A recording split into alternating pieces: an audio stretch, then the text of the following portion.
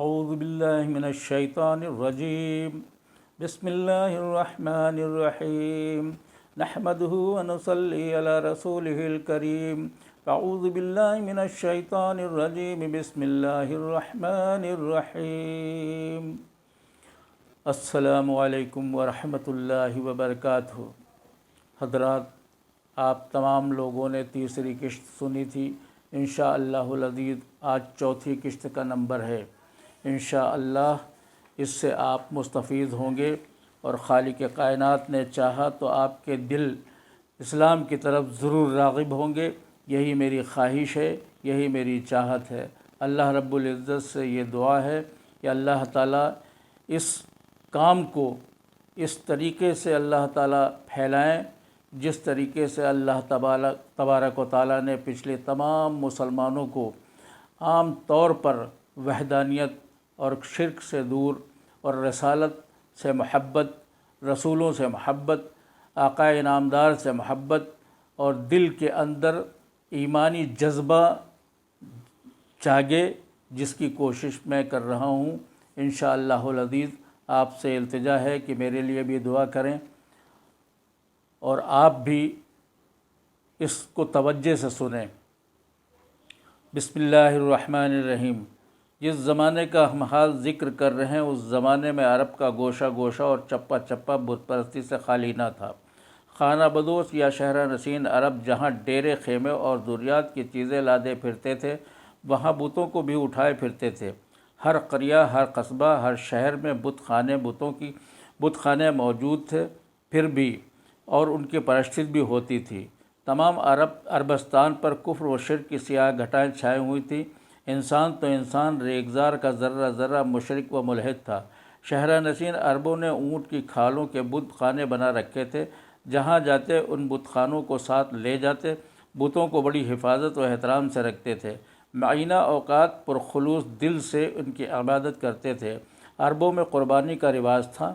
زیادہ تر اونٹوں کی قربانی کیا کرتے تھے، کبھی کبھی چوپاؤں کی بھی قربانی کر دیا کرتے تھے۔ بعض قبائل انسانوں کی بھی قربانی کرتے تھے، اور قربانی کا گوشت خود ہی کھا لیتے تھے اور خون بتوں پر چھڑک دیتے تھے۔ چونکہ بت پرستی کا لازمی نتیجہ ضعیف الاعتقادی توہم پرستی، اس لیے وہ جنوں اور کلبتوں کو اور دیوتاؤں کو اور پریوں کے بھی قائل تھے۔ جنوں کو غیر مروی مخلوق سمجھتے تھے۔ ان کا اعتقاد تھا کہ جو شخص قتل ہو جاتا ہے اور اس کا انتقام نہیں لیا جاتا، وہ بھوت بن جاتا ہے، اور اس وقت تک لوگوں کو ستاتا رہتا ہے جب تک کہ اس کا انتقام نہ لے لیا جائے۔ اس عقیدے کی وجہ سے ان میں انتقام کا جذبہ بڑھا ہوا تھا۔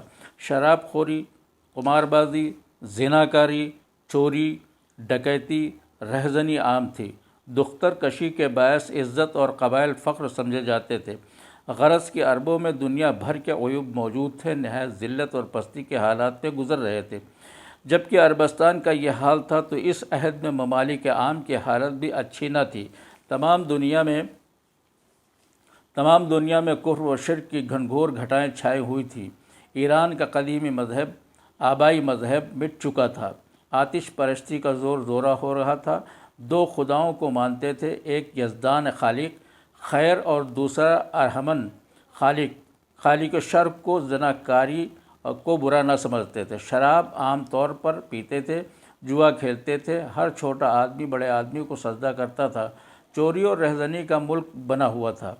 روم یونان میں عیسائی مذہب رائج تھا، لیکن گرجوں میں حضرت عیسیٰ علیہ السلام کی اور مریم علیہ السلام کی تصاویر لٹکی ہوئی رہتی تھی، اور تصویر کے سامنے سر جھکائے جاتے تھے۔ شراب خوری زور شور سے رائج تھی، ضعیف الاعتقاد زوروں پر تھی۔ خانقاہوں میں راہب اور عورتیں رہتی تھیں۔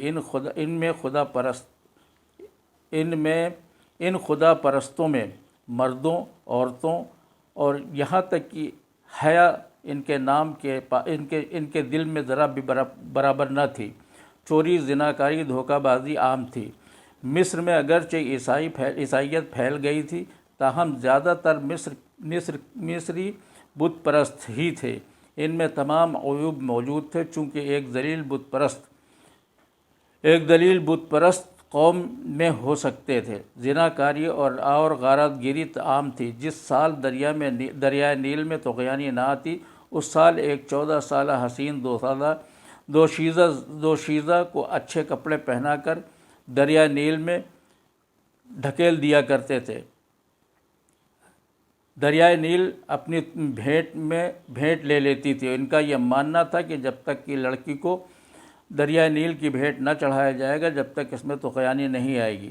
دریائے نیل اپنی بھیٹ لینے کے لیے رک جاتا ہے، اور جب ایک خوبصورت لڑکی بھیٹ دے دی جاتی تھی، اس میں طغیانی آ جاتی تھی۔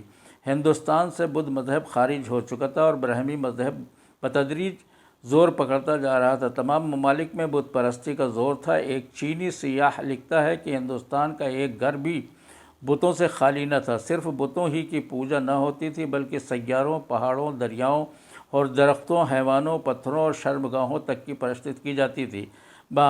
مارگیوں کے پلید اور حیا سوز مسلک نے ملک کے ہر حصے میں قبولیت اور ہر دل عزیزی حاصل کر لی تھی۔ زناکاری اصول قواعد مقرر کر کے اسے داخل مذہب کر لیا گیا تھا۔ حقیقی بہنوں سے شادی کرنے میں کوئی برا نہ سمجھتے تھے۔ چنانچہ سندھ کے راجہ داہر نے اپنی حقیقی ہمشیرہ سے اپنی شادی کر لی تھی۔ اس زمانے کی بعض تصانیف جو آج پرانوں اور مذہبی کتابوں کی صورت میں دستیاب ہوتی ہیں، ہندوستانیوں کے اخلاق کو نہایت پست اور ان کی معاشرت کو بے حد قابل شرم ظاہر کرتی ہیں۔ چینیوں کے حالات بھی ناگفتہ تھے۔ کنفیوشس اور بدھ مذہب کے کیمیاوی امتزاج کے چین کے مذہب، تہذیب اور اخلاقی حالات میں وہ کیفیت پیدا کر رکھی تھی جو سوڈا اور ٹارٹک کے ملنے سے پیدا ہوتی ہے۔ غرض کہ دنیا کا کوئی خطہ بت پرستی سے خالی نہ تھا۔ ہر خطے میں کسی نہ کسی طریق سے بت پرستی رائج تھی۔ دنیا جہان میں کفر و شرک کی گھٹائیں چھا رہی تھی۔ مخلوق اپنے خالق کو چھوڑ کر بت پرستی کی طرف غرق تھی۔ قیس بن عاصم بڑا خوش تھا۔ خوشی کی وجہ یہ تھی کہ یہ بیت الحرام کے عظیم الشان مجمع میں کسی شخص کے پاس ایسا موقع نہ تھا جس نے اپنی 9 لڑکیوں کو زندہ درگور کیا ہو۔ اس نے سمجھ لیا کہ اب وہ تمام قبائل کی نظروں میں معزز اور مستقر ہو جائے گا۔ ہر شخص اسے عزت کی نظروں سے دیکھنے پر مجبور ہوگا۔ عام مجلسوں میں اس کی عزت دوبالا ہو جائے گی۔ وہ فخر و تکبر اور مسرت و شادمانی کے ساتھ دریا میں غوطے لگاتے ہوئے چلا آ رہا تھا۔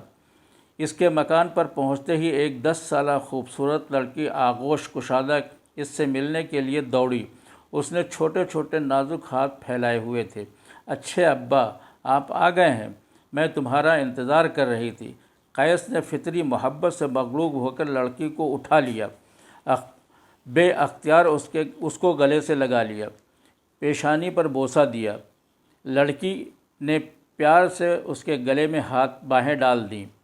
لڑکی نہایت خوبصورت تھی۔ اس کا چہرہ گول، آنکھیں غزالی، جین کی طرح بڑی بڑی اور سرما آلود تھیں۔ پیشانی کشادہ اور پرنور تھی، عارض بھرے ہوئے تھے، سیب کی طرح سرخ و سفید اور چمکیلے۔ تھوڑی اس کی قدر مختلف سی تھی، گویا نہ تھی۔ اس کے سر کے بالوں کی سیاہ لٹیں گندھی ہوئی تھیں، دونوں طرف سینے پر پڑی تھیں۔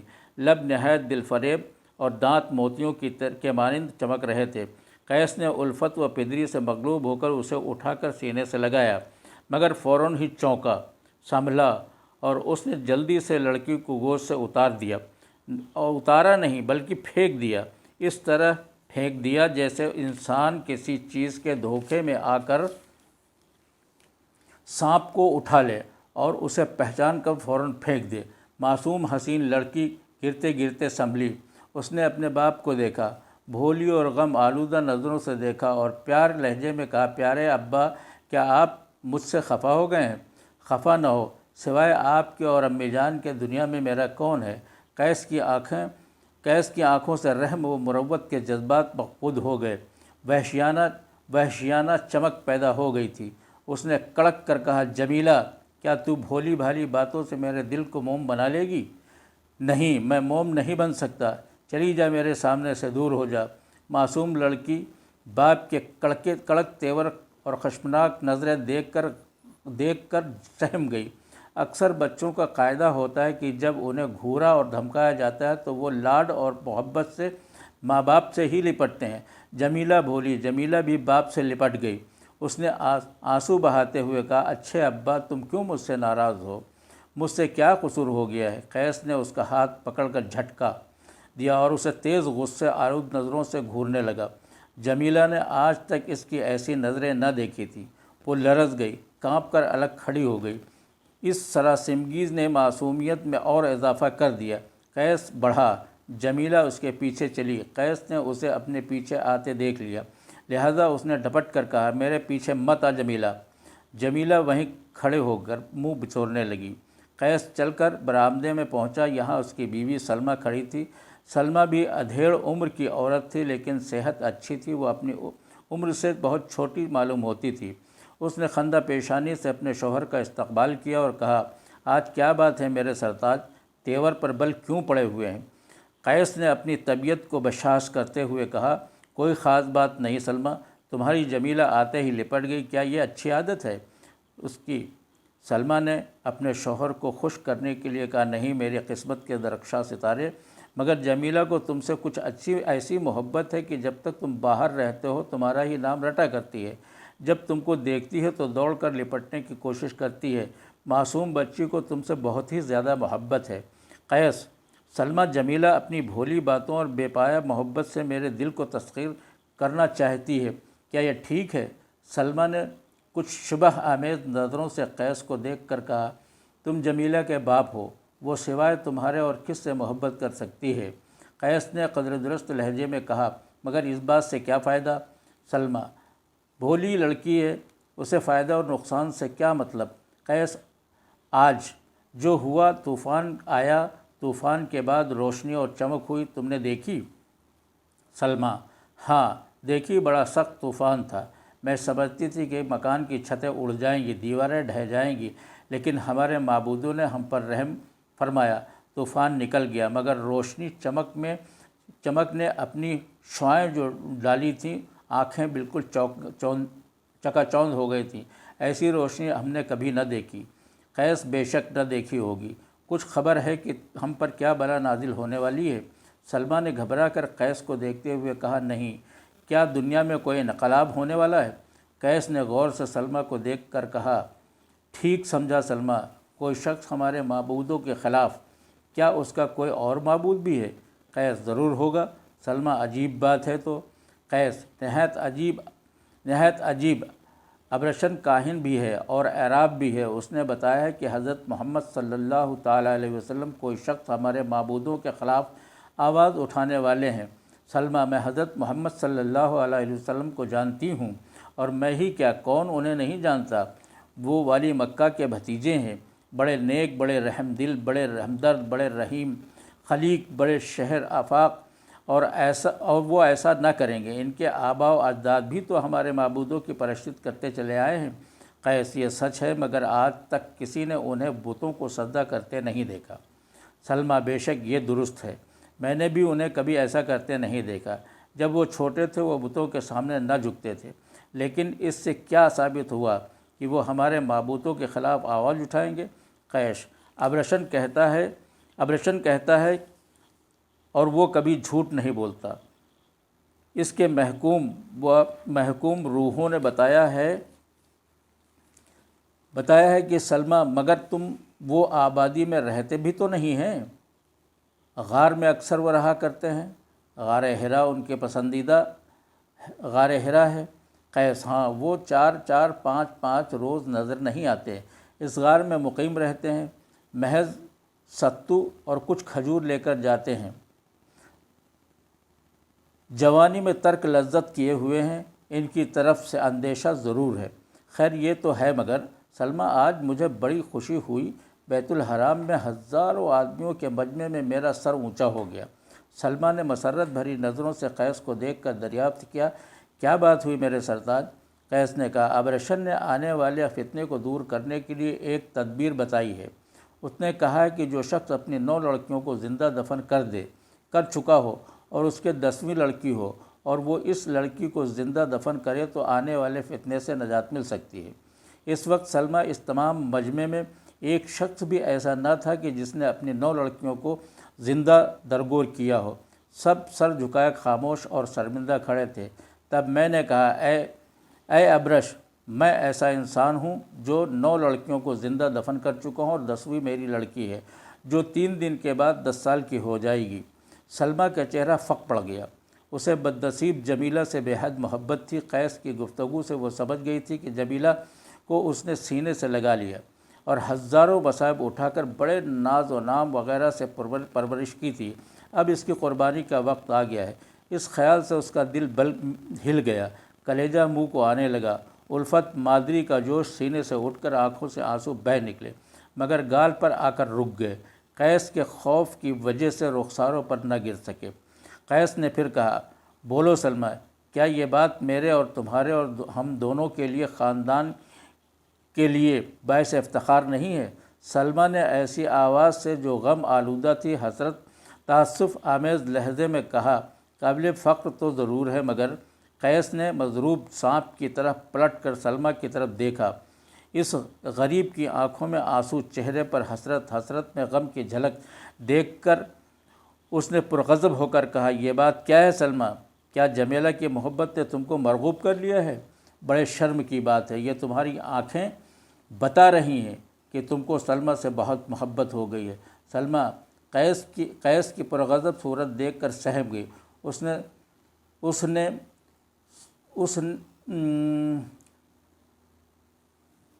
رکو تھوڑا سا اس میں آگے بڑھ گیا ہے جو میں کہنا چاہ رہا تھا، لہذا اس کو پھر سے سن لیجئے۔ سلمہ قیس کی پرغضب صورت دیکھ کر سہم گئی۔ اس نے ستو پی لیے اور حسرت بھری نظروں سے قیس کو دیکھا۔ قیس اس کی نظروں کو دیکھ کر نہایت برہم ہوا۔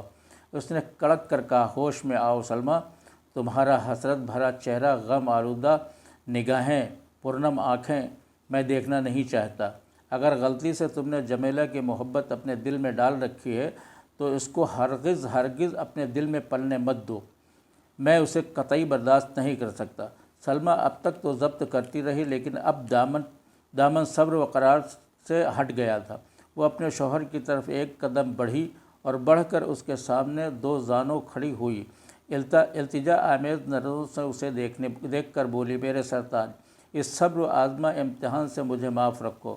مجھ بدنصیب کے دل میں جمیلہ کی پیاری صورت نے، بھولی بھالی باتوں نے جگہ کر لی۔ مجھے ایسا معلوم ہوتا ہے کہ میری زندگی اس کی زندگی کے ساتھ وابستہ ہے، اس لیے اے میرے شوہر، جمیلہ کو میرے اوپر صرف میرے لیے باقی رکھ۔ قیس کی آنکھوں سے شرارے نکلنے لگے۔ اس نے غضبناک لہجے میں کہا، کم عقل عورت، لڑکی کی محبت میں سرشار رہنے والی احمق، کیا تو یہ چاہتی ہے کہ جمیلہ کو زندہ رکھ کر اس کی شادی کروں، کسی کو اپنا داماد بناؤں؟ میرا سر جو آج تک کسی کے سامنے نہ جھکا، داماد کے سامنے جھکے، یہ ہرگز نہیں ہو سکتا ہے۔ سلمہ نے عاجزی کے لہجے میں کہا، آپ جمیلہ کی شادی نہ کریں، وہ تمام عمر کنواری بسر کر لے گی۔ قیس جوش غضب سے کانپنے لگا۔ اس نے کہا، ذلیل ہستی، یہ تو اور بھی ذلت کی بات ہوگی۔ دنیا کہے گی قیس کی بیٹی کو کسی نے قبول نہ کیا۔ میں اس ذلت آمیز تمسخر کو کبھی برداشت نہیں کر سکتا۔ سلمہ نے آنسو بہاتے ہوئے کہا، مقدس معبودوں کے لیے جمیلہ پر، بھولی بھالی جمیلہ پر، معصوم جمیلہ پر، کمسن جمیلہ پر رحم فرمائیے اور اسے بچا لیجیے، کسی طرح سے بچا لیجیے۔ قیس نے کڑک کر کہا، کبھی نہیں سلمہ، ہرگز نہیں۔ یہ واہیات باتیں چھوڑو، اٹھو، دیکھو جمیلہ سامنے کھڑی ہے، سب کچھ دیکھ رہی ہے۔ پرسوں یہ زندہ دفن کی جائے گی، آج ہی اسے آراستہ کرنا شروع کر دو۔